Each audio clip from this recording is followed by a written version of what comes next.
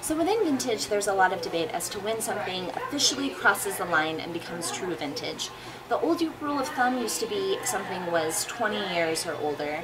So for us right now, that's 1991. So shockingly, early 90s are officially vintage.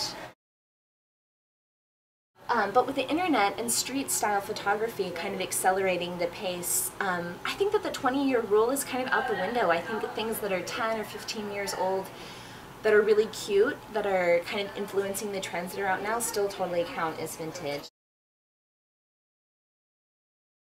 So there are several factors that go into determining the price of a garment. I would break it down as the condition times the desirability. And there are several things that go into determining desirability. Age is definitely one of them, because the older something is, the less likely it is that garments have survived all of this time. It becomes a little bit more rare, and so they're more difficult to find. The way is to, if you're wanting to date a garment, is to look at the construction of it.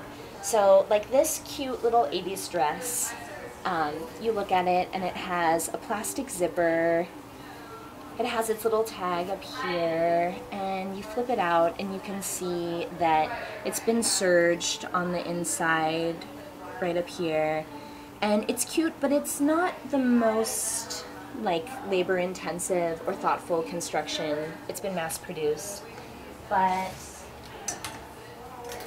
when you look at this little wiggle dress here from probably the early 60s, and let me find the tag on this for you.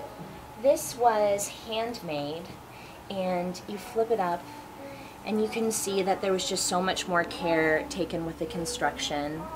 It's not the most perfect because someone made it themselves, but they you know, they sewed it and then it's laid flat, it's not serged, and they took this tape to hem it up at the bottom. It's lined.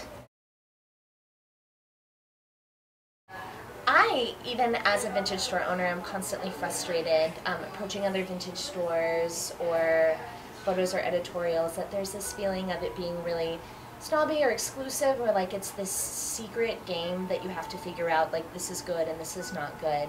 When really it's just old clothes, and it really just comes down to finding the things that you like and wearing what you like. And I don't think it matters if it's 1 year old or 5 years old or 50 years old.